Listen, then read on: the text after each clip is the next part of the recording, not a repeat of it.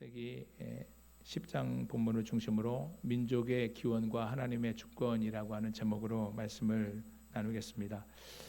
오늘 본문은 이렇게 읽어드리지 않고 함께 교독으로 이렇게 읽으셨는데 읽으실 때 좀 어떠셨습니까? 우리가 성경을 읽다 보면 참 읽기가 힘들어지는 구간을 만나게 되는데 어디가 그렇습니까? 어딜까요? 예. 예, 이름이 많이 나오는 또 이게 족보가 있는 성경은 참 읽기가 좀 어려운 구간입니다. 또 읽다 포기하기도 되고 그냥 이름이 나하고 무슨 상관이 있는가 해서 좀 지루하기도 하고 그냥 의미 없이 읽고 지나가는 때가 많이 있는데 창세기 10장 이 사람의 이름으로 가득 채워진 이 족보의 장입니다. 우리가 창세기 5장에서도 아담의 족보를 만났는데 거기는 이제 누가 몇 세에 누구를 낳았고 누구를 낳은 후에 몇 년 동안 지내며 자녀를 낳았으며 또 그는 몇 세를 살고 죽었다라고 하는 이런 패턴이 좀 있어요. 그래서 이름을 읽고 나서 좀 숨 고를 틈도 있고 한데 오늘 이 본문은 누구의 아들은 누구와 누구와 누구와 누구요 또 누구의 누구 아들은 누구와 누구이며 이렇게 나가게 되니까 또 이름이 낯설기도 하고 또 발음도 이렇게 좀 어려운 이름들이 끊이지 않고 이어지기 때문에 또 갑자기 또 익숙하지 않은 지명들도 나와서 참 읽기가 이게 쉽지 않은 본문입니다. 혹시 이 본문을 읽으면서 왜 이게 목사님이 괜히 이렇게 읽기도 어렵고 읽어도 별로 감동도 없는 이 본문을 이렇게 선택을 했을까? 혹시 그런 생각 안 해보셨습니까? 사실 저도 처음 이 본문을 대했을 때 지금 창세기를 계속 이게 시리즈로 이렇게 강해 설교로 나아가고 있는데 본문이 족보로 되어 있어서 한 번도 이 본문을 가지고 저 스스로도 설교를 들어본 적이 없고 또 이게 낯선 이름, 익숙하지 않은 지명만 나오는 이 본문을 가지고 어떻게 설교해야 할까 좀 고민스럽기도 했습니다. 근데 하나님의 말씀인 성경은 어느 한 구절도 1.1획이라도 의미 없이 쓰여진 것이 없습니다.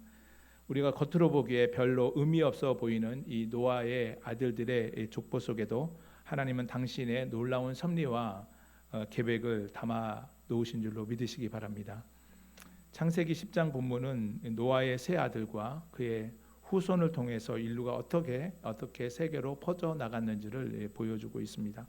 하나님은 단순히 한 가족, 한 민족의 역사만을 주관하시는 분이 아니라 언어와 지역과 또 족속에 따라서 각 나라와 민족을 정하시고 또 온 인류의 역사를 당신의 주권 가운데 이끌어 가시는 하나님이십니다. 창세기 10장은 천지를 창조하시고 다스리시는 이 하나님께서 인류 역사를 어떻게 주관하시고 어떻게 역사하고 계신지를 보여주는 중요한 장입니다. 노의 아들은 셈과 함과 야벳입니다. 셈, 함, 야벳. 그러나 오늘 본문에서 3형제 중 마지막 막내인 이 야벳의 후손을 먼저 소개하고 있습니다. 오늘 본문 2절부터 5절까지가 야벳의 후손이 소개되고 있고 6절부터 20절까지는 함의 후손이 소개되고 있습니다. 다음 셈의 후손이 21절에서 31절까지 이 대홍수 이후에 노아의 방주가 머문 곳은 이 아라랏산. 정확히는 우리가 알 수 없지만은 보통 학계에서 지금의 튀르키예에서 가장 높은 산이 위치한 그곳이 아라랏산이었던 것으로 이렇게 추정하고 있습니다. 우리 그림 지도를 한번 보시면 그곳은 새 화살표가 지나가는 이게 중심에 있는 곳입니다. 그것은 튀르키예 국경 아르메니아 국경에서 한 16km 떨어져 있고 그 옆에 보면은 작은 글씨로 쓰여져 있죠. 아제르바이잔이라고 하는 그 작은 나라가 있는데 그 국경으로부터는 한 32km 정도 떨어져 있는 활화산이 있는 곳입니다. 이곳으로부터 노아의 아들들의 자손이 그 각 지역으로 이렇게 흩어져 나갔는데 야벳의 후손은 보이신 것처럼 초록색으로 되어 있죠. 그 유럽 지역으로, 함의 후손은 아프리카 지역으로, 셈의 후손은 아시아 지역으로 퍼져나갔습니다. 그리고 각각의 후손들의 분포도를 보면 좀 작아서 잘 안 보이시죠? 그래도 연두색으로 이렇게 표기되어 있는 야벳의 후손, 가나안을 중심으로 이 북쪽 소아시아 지역과 서쪽 그리스 그리고 지중해 중심의 섬들을 포함해서 지금 유럽 지역 저 끝에 다시스라고 보이십니까? 스페인 지역에 있는 그쪽까지 그 지역을 차지한 것을 볼 수가 있습니다.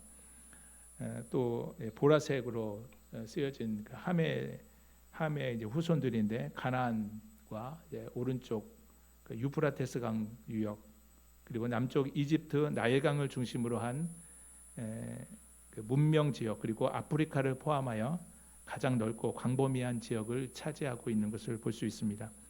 그런가 하면 이제 빨간색으로 표시되어 있는 이 셈의 후손들은 시리아 그리고 아라비아 반도 그리고 메소포타미아 지역에서 이란을 넘어서 이제 아시아 지역까지로 확산되어 간 것을 볼 수 있습니다. 이렇게 이제 분포된 이 노아의 후손들은 모두 본문에 70명으로 나타나 있습니다. 야벳의 후손이 14명, 그리고 함의 후손이 30명, 이 셈의 후손이 26명입니다. 이처럼 노아의 아들들이 후손이 70명으로 되어 있다는 것은 매우 중요한 의미를 가지고 있습니다. 그 성경에서 77도 완전수라고 하죠. 또 10도 이제 꽉 찬 수입니다. 그래서 70은 꽉 채워진 완전수로 인정되는 숫자이죠. 훗날 가나안에 거주하다가 이집트로 이주한 이 야곱의 가족이 몇 명이었습니까? 70명이었죠. 그리고 출애굽 이후에 광야에서 이스라엘 공동체의 대표로 이루고 있는 이 장로들의 숫자도 70명이었습니다. 이 70은 하나님께서 이 세상을 당신의 약속대로 충만하게 하셨다 하는 것을 상징적으로 보여주는 숫자입니다. 또한 하나님이 노아에게 명령하신 대로 그의 후손이 이 땅 가운데서 생육하고 번성하여 땅에 가득하며 그 중에 번성하라고 말씀하신 그 말씀대로 이 땅 가운데 잘 분포되어 있음을 의미하고 있습니다. 오늘 본문은 이 세상에 다양한 인종이 존재하고 있지만 모두가 다 하나님의 은혜를 입은 노아라고 하는 한 사람, 이 한 조상에 뿌리를 두고 있다 하는 것을 보여줍니다. 하나님은 범죄하고 타락한 인류를 홍수로 쓸어버리셨지만 노아를 통해서 많은 자손을 번성하게 하심으로 이 아담에게 약속하신 그 언약을 다시 회복시키시고 또 약속하신 구원의 계획을 이루어 가시는 것을 보게 됩니다. 본문에 대한 이러한 이해를 가지고 인류 역사를 이어가시는 하나님의 주권과 또 언약, 구속사의 내용이 이 본문에 어떻게 녹아지고 있는지 우리 본문 말씀을 통해서 깨닫는 은혜 또 그 교훈을 통해서 우리의 삶을 어떻게 적용해 가야 되는지 생각해보는 소중한 시간이 되시기를 바랍니다. 첫 번째, 이게 하나님의 주권은 모든 역사의 흐름 속에 흘러가고 있습니다. 본문 1절을 보면 홍수 후에 노아의 세 아들 셈과 함과 야벳의 자손들이 어떻게 이 땅 가운데 퍼져나가고 있는 것을 보여주고 있는데 1절을 보시면 노아의 아들 셈과 함과 야벳의 족보는 이러하니라. 홍수 후에 그들이 아들들을 낳았으니 그랬습니다. 홍수 후에 노아의 아들들이 그의 자손들을 낳았습니다. 이어지는 2절에 보니까 가장 먼저 이게 야벳의 아들들의 이름을 기록하고 있죠. 우리 2절 같이 한번 읽어보겠습니다. 야벳의 아들들은 시작. 야벳의 아들들은 고멜과 마곡과 마대와 야완과 두발과 메섹과 디라스요. 야벳의 아들들이 모두 7명 등장하고 있는데 오늘 본문에 보면 3절과 4절에 이 고멜과 야완 이 두 아들들의 족보만 기록되어 있는 것을 볼 수 있습니다. 모두 14명으로 기록된 이 야벳의 후손들은 서로 다른 지역에 퍼져 살았습니다. 자신들의 퍼져 살면서 자신들의 언어를 사용했죠. 5절 말씀입니다. 같이 읽습니다. 시작. 이들로부터 여러 나라 백성으로 나뉘어서 각기 언어와 종족과 나라대로 바닷가의 땅에 머물렀더라. 아멘. 야벳의 후손들은 주로 바닷가, 이 해안가에 머물렀습니다. 이 지도를 보시면 이 흑해 가운데 보십니까? 위에 흑해가 있고 카스피의 연안을 중심으로 또 지중해 섬들과 스페인 해안 지역까지 넓게 퍼져간 것을 볼 수가 있습니다. 그리고 고멜은 그 흑해 위쪽 이렇게 여기 지도에 보시면 각 노아의 아들들의 셈, 함, 야벳의 장손들, 큰아들의 이름이 고멜, 또 밑에 보면 구스, 또 오른쪽에 엘람 이렇게 표시되어 있는 것을 보게 되는데, 흑해 위쪽은 고멜이 있는 곳은 지금으로 얘기를 하면 지금 우크라이나 있는 그런 곳이죠. 야완은 튀르키예 서쪽 에게해 해안 지역에 머물렀습니다. 이들은 각각의 지역에서 유럽계 그리고 아라비안족을 형성하게 됩니다. 그리고 창세기 9장 27절 이 상반절에서 노아가 자신의 벌거벗은 그 몸을 보지 않고 형 셈과 함께 자신의 부끄러움을 그 옷으로 덮어주었던 이 야벳에게 이런 축복을 하죠.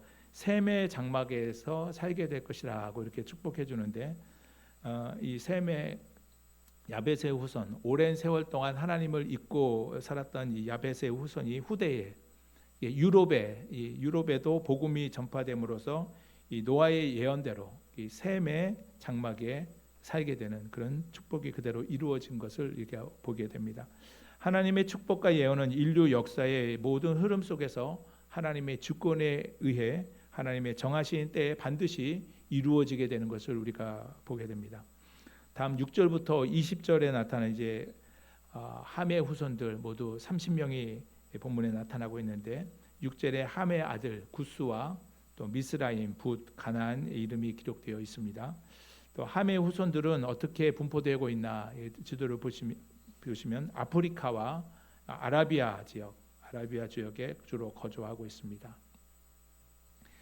이 구스 많이 들어보셨죠? 구스의 후손은 고대의 에티오피아 족속이었습니다. 그리고 미스라임은 지금 이집트를 얘기를 하죠.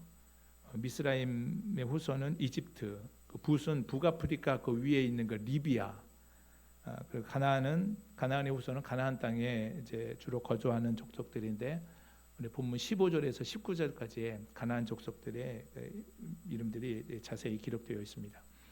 7절부터 8절에는 함의 후손인 구스의 6 아들의 이름이 나오는데, 그 중에 8절과 9절에 나오는 니므롯이라고 하는 이름을 좀 주목할 필요가 있습니다.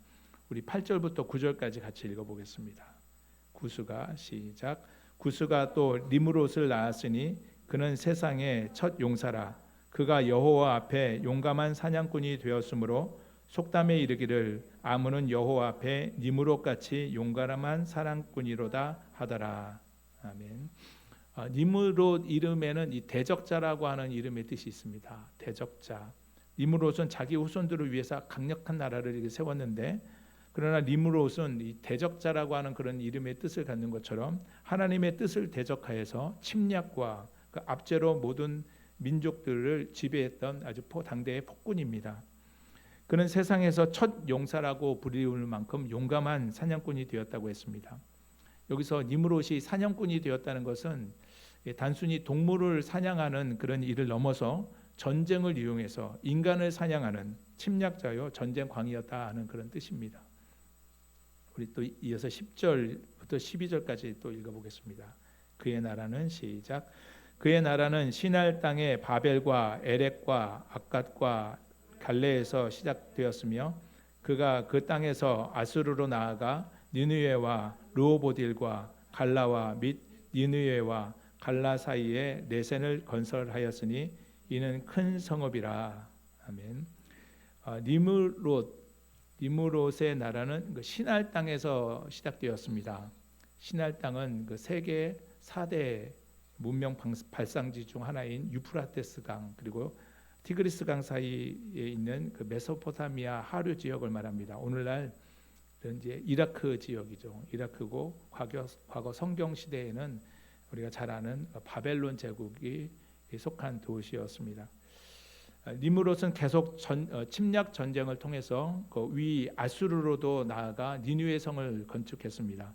니느웨 성 들어보셨죠? 니느웨 성은 큰 성인데 당시의 성 외곽의 길이가 90km나 되었다고 합니다. 이 니느웨 성은 우리 요나서에서 등장하는 성이죠. 이 요나가 하나님의 명령에 따라서 이방 족속에게 복음을 전해야 되는데 그것을 거부했던 곳입니다. 바로 아수르의 수도였죠.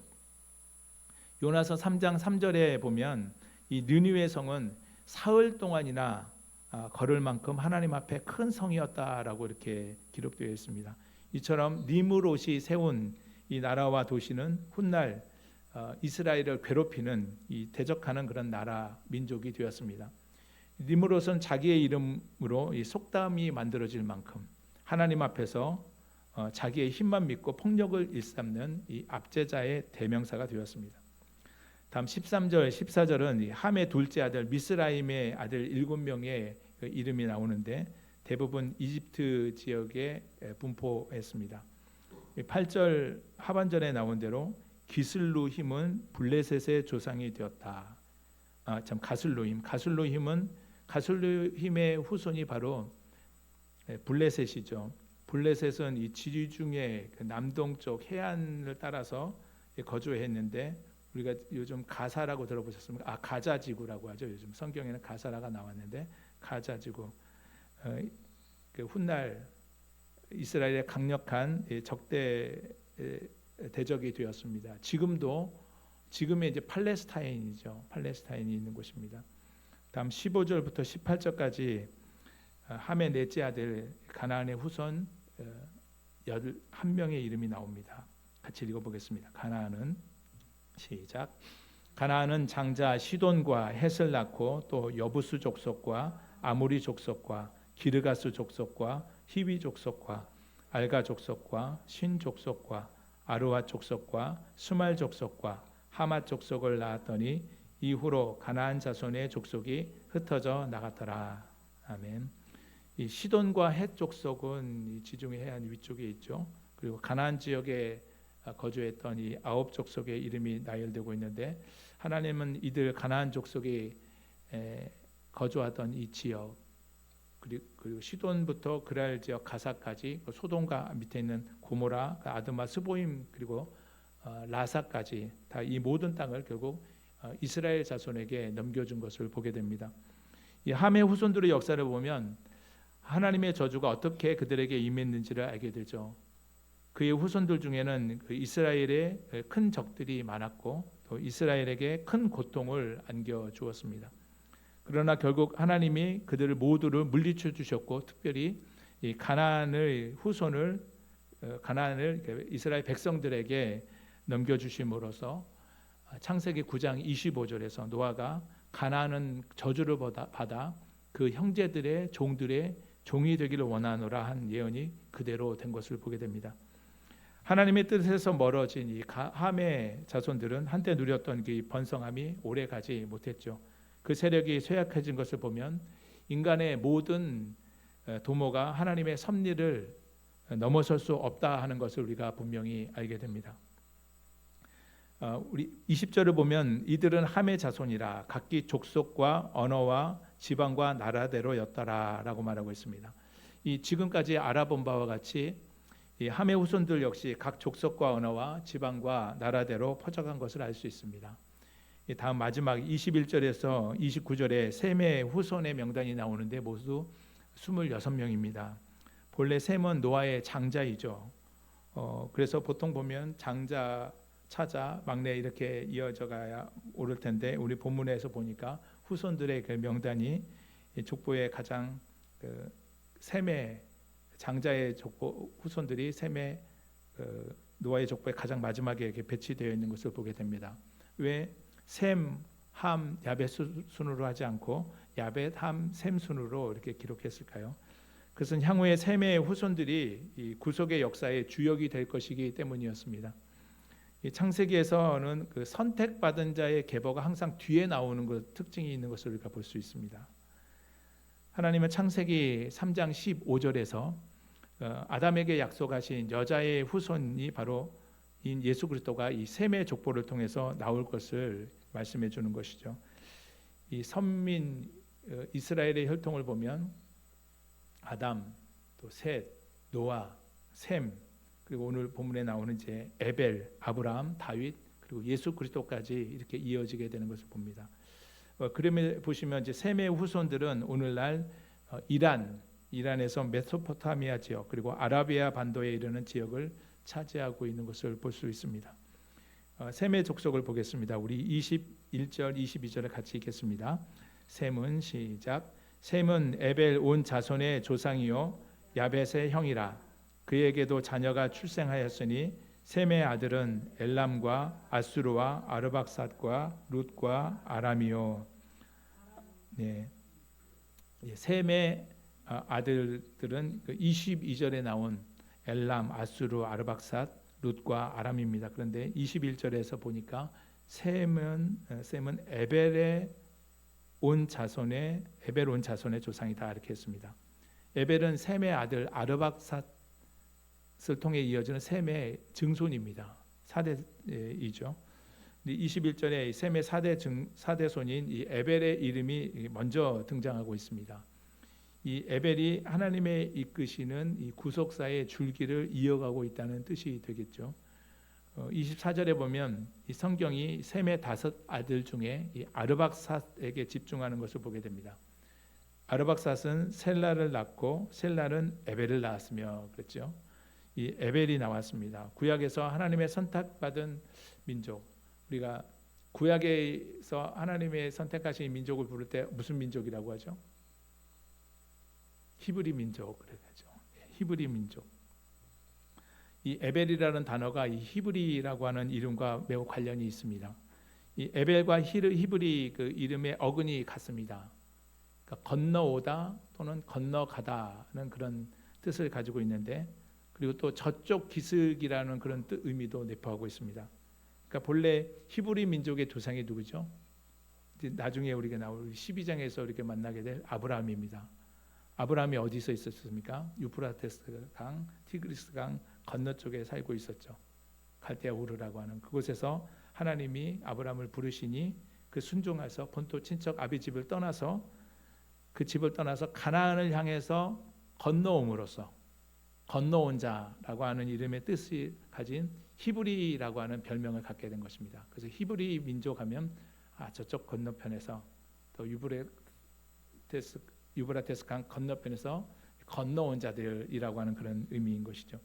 그래서 또 아브라함은 또 에벨의 후손이기도 하죠. 그래서 히브리 민족의 명칭은 에벨의 후손이라고 하는 그런 사실과 더불어서 아브라함이 유브라테스 강을 건너서 가나안으로 이주하였다, 건너왔다라는 그런 뜻이 복합된 깊은 의미가 있는 것이죠. 또 25절에 보니까 이 에벨은 2 아들을 낳고 하나의 이름은 벨렉이라 하였으니 그때의 세상이 나뉘었으며 벨렉의 아우의 이름은 욕단이며. 이 에벨이 2 아들을 낳았습니다. 근데 그 중에 하나의 이름을 벨렉이라고 했는데 이 벨렉을 낳을 때 이 세상이 나뉘었다고 했습니다. 벨렉 이름은 나눔이라고 하는 뜻을 가지고 있어요. 그때 나누어졌기 때문에 벨렉이라고 이름을 지었는지, 또 벨렉이라고 이름을 지었기 때문에 나누어졌는지는 알 수 없지만, 많은 성경학자들은 이 에벨이 벨렉을 낳았을 그 당시에 우리 이제 다음 장 창세기 11장에 보면 바벨탑 사건이 나오죠. 바벨탑을 하나님 높이 쌓을 때 하나님께서 그것을 막기 위해서 언어를 혼잡하게 하심으로 서로 소통하지 못하니까 그 서로 언어가 같은 사람들끼리 모여서 흩어져 살게 된 것을 보게 되는데, 이 하나님이 바벨탑 사건으로 언어를 혼잡하게 하신 이것을 계기로 인류가 세계 각처로 분산된 것을 볼 수가 있는 것이죠. 벨렉은 히브리 민족의 조상이 되었습니다. 그 욕단은 아라비아 족속의 조상이 되었습니다. 이 셈의 자손들 역시 그의 족속과 언어와 지방과 나라대로 퍼져갔습니다. 이처럼 노아의 자손들은 그 족보와 민족에 따라서 노아의 자손들은 홍수 이후에 그 나뉜 곳에서 민족을 이루면서 퍼져나가게 되었습니다. 본문을 살펴본 바와 같이 노아의 아들들은 저마다 각기 자손들이 생기고 또 그 자손들은 각각 그 언어와 또 지역과 족속을 따라서 흩어져서 나라와 민족을 이루며 살게 되었습니다. 그런데 이 모든 일이 노아의 아들들과 그 후손들이 나름대로 흩어지고 퍼져서 그 민족을 형성한 것 같지만, 실상은 인류 역사를 주관하신 하나님의 주권에 의해서 모든 정하신 그 과정과 질서에 따라서 이루어졌다는 사실을 우리는 잊지 말아야 합니다. 성경은 하나님께서 민족과 나라의 경계를 정하셨다는 사실을 우리에게 분명히 보여주고 있습니다. 성경 사도행전 7장 26절에 보시면 모든 민족과 나라의 경계를 하나님이 정해 주셨다는 사실을 이렇게 확인할 수 있는데 말씀이 이렇습니다. 인류의 모든 족속을 한 혈통으로 만드사 온 땅에 살게 하시고 그들의 연대를 정하시며 거주의 경계를 한정하셨으니, 이 무슨 말씀입니까? 우리말 이 말씀 우리말 성경으로 보면 하나님께서는 한 사람으로부터 모든 민족을 만들어 온 땅 위에 살게 하셨고 각 나라의 연대를 미리 정하시고 그들의 국경도 정해 주셨다 하는 그런 뜻입니다. 이 세상의 모든 나라의 시작과 끝을 하나님께서 정하셨다. 어디에서 살지, 또 어떻게 민족을 이루고 살아갈지를 하나님께서 정하셨다. 하나님의 주권에 의해서 이루어지게 된 것이죠. 그러므로 우리가 이 세상에 태어난 것도 이 나라에 살고 있는 것도 결코 우연이 아닌 것입니다. 하나님은 우리가 태어날 그 시대와 나라와 민족도 하나님께서 정해 주신 줄로 믿으시기 바랍니다. 우리가 이 지역에 복음으로 하나님과 이웃을 잇는 그 사명을 감당하기 위해서 우리 교회를 세웠는데 이것도 하나님이 정하신 때에 이루어진 것입니다. 우리가 이 자리에 오늘 새로운 분들이 함께 예배하고 있지만 이것도 우연이 아닙니다. 내 의지의 결과가 아니고 하나님의 섭리의 결과인 줄로 믿으시기 바랍니다. 저와 여러분이 만난 것도 우리 세상에 가요 있죠. 우리의 만남은 우연이 아니야. 그것은 우리의 바램이었어 라는 가사가 있는데, 우리의 만남은 우리의 바램이 아니라 하나님의 주권과 섭리 가운데 이루어진 줄로 믿으시기 바랍니다. 오늘 본문을 잘 보시면 노아의 족보, 단순한 가계도를 보여주는 것이 아니라 하나님의 약속하시는 언약을 따라 이어지는 족보를 보여주는 것입니다. 그 약속은 잊혀지지 않았고 이 족보를 통해서 구속사를 이루어 가시는데 그 이루어 가시는 그 족보의 구체적인 이름들을 하나님께서 명명해 주셨습니다. 하나님의 언약은 추상적인 개념이 아니라 살아있는 사람들의 삶을 통해서 이루어져 나왔다는 것을 우리가 알게 됩니다. 그렇다면 나는 하나님이 이 시대에 하나님의 언약의 흐름 속에서 나는 어떠한 위치 속에 있습니까? 나의 자녀와 후대의 믿음의 유산을 잘 이어주고 있습니까? 깊이 되돌아보시길 바랍니다. 노아의 아들들의 족보를 통해서 우리는 민족과 나라의 기원이 어디로부터 시작되었으며 어디로부터 퍼져나갔는지를 우리가 살펴보았습니다. 민족의 족보는 하나님의 주권과 섭리에 의해서 이루어져 왔습니다. 그 족보가 단지 과거의 한 민족의 역사만을 보여주는 것이 아니라 모든 민족을 향한 하나님의 구속의 계획을 암시하고 있다는 것도 우리가 볼 수 있어야 합니다. 또한 노아의 아들들의 족보는 그때로 끝난 것이 아니라 지금도 그 믿음의 족보가 계속 이어지고 있다는 사실을 우리 잊지 말아야 합니다. 하나님의 언약과 구속사를 이어가는 그 족보책에 저와 여러분의 이름이 그곳에 기록될 수 있기를 축복합니다. 믿음의 조상 노아처럼 하나님의 언약을 이어간 셈, 그 후손들처럼 저와 여러분의 삶도 하나님의 구속 역사와 또 언약, 그 섭리 안에서 쓰임받는 믿음의 삶이 되시기를 간절히 축복합니다. 하나님이 우리 각자의 이름을 기억하시고 우리의 삶이 하나님의 구원의 계획 안에서 쓰임받고 그 족보 안에 우리의 이름들이 기록될 수 있기를 바랍니다. 구속사의 그 뜻을 이루어가는 그 족보에 그 이름이 기록되는 저와 여러분의 복된 삶이 되시기를 주님의 이름으로 축복합니다.